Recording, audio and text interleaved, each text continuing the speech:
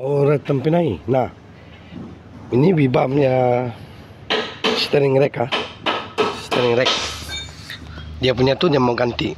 Oke, kalau di kedai ini satu set nih tiada anu lah, tiada taruhan lah. Mau 380 tuh ini silap saya.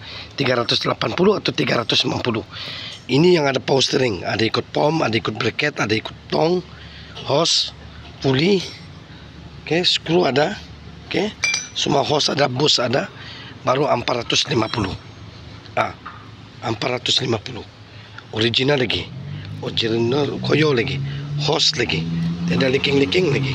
Sampai naik. Oke.